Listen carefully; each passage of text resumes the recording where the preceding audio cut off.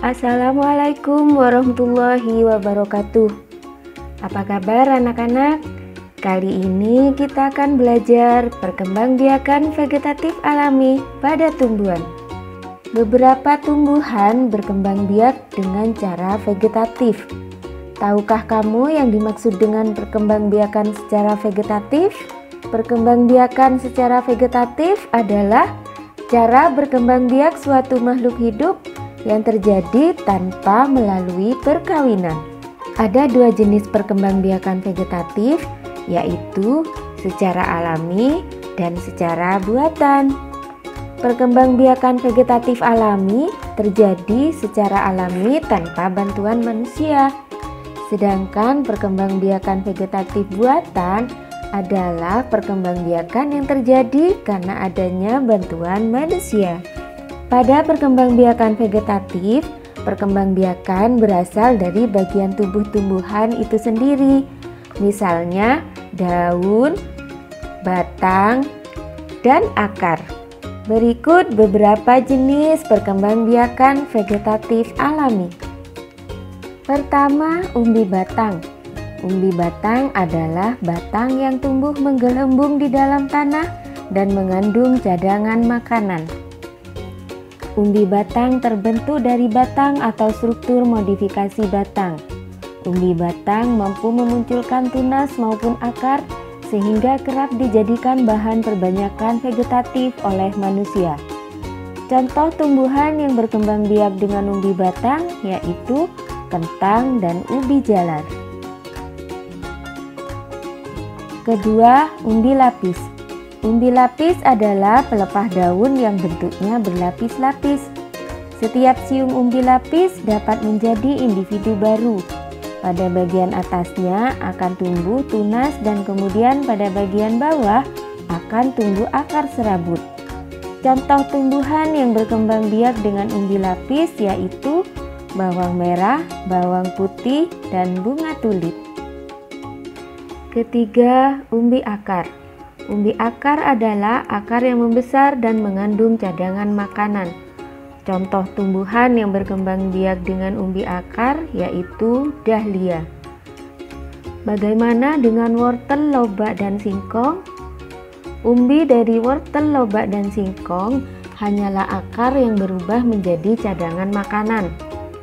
Umbi akar wortel dapat menjadi alat perkembangbiakan jika ditanam dengan pangkal batang. Keempat, yaitu rizoma. Rizoma adalah batang yang tumbuh mendatar di dalam tanah. Batang tersebut secara mendatar dan tampak seperti akar. Rizoma juga dikenal dengan sebutan akar tinggal atau rimpang. Selain sebagai alat perkembangbiakan, rizoma berfungsi sebagai tempat cadangan makanan. Contoh tumbuhan yang berkembang biak dengan rizoma yaitu kunyit, jahe, lengkuas, kencur, dan temulawak. Kelima, tunas. Tunas adalah bagian tanaman yang tumbuh dalam tanah di sekitar induk tumbuhan sehingga membentuk rumpun. Meskipun tunas ini tumbuh dari batang induknya, namun hidupnya tidak tergantung pada induk.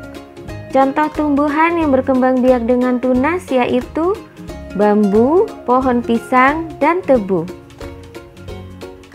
Keenam, tunas adventif. Tunas adventif adalah tunas yang tumbuh pada bagian tepi daun atau bagian akar. Contoh tumbuhan yang berkembang biak dengan tunas adventif yaitu cocol bebek dan sukun. Cara menanam cocol bebek sangat mudah, yaitu cukup diambil salah satu daun yang tua, kemudian tinggal diletakkan pada tanah, akan tumbuh tunas-tunas yang baru. Ketujuh, geragih atau stolon.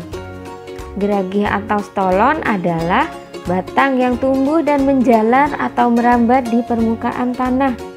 Tanaman baru akan tumbuh pada buku-bukunya dan tidak bergantung pada induknya. Jenis tanaman yang berkembang biak dengan geragih diantaranya stroberi, pegagan atau antanan, dan rumput teki. Kedelapan, spora. Spora adalah sel yang berubah fungsi menjadi alat perkembangbiakan. Ukuran spora sangat kecil dan bentuknya seperti biji. Contoh tumbuhan yang berkembang biak dengan spora yaitu tumbuhan paku dan lumut. Kira-kira apa ya manfaat perkembangbiakan vegetatif secara alami?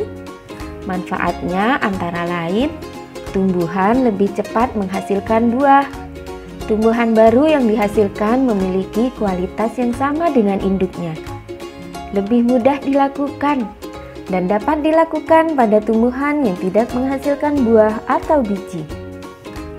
Demikianlah pelajaran kita tentang perkembangbiakan vegetatif alami pada tumbuhan. Terima kasih.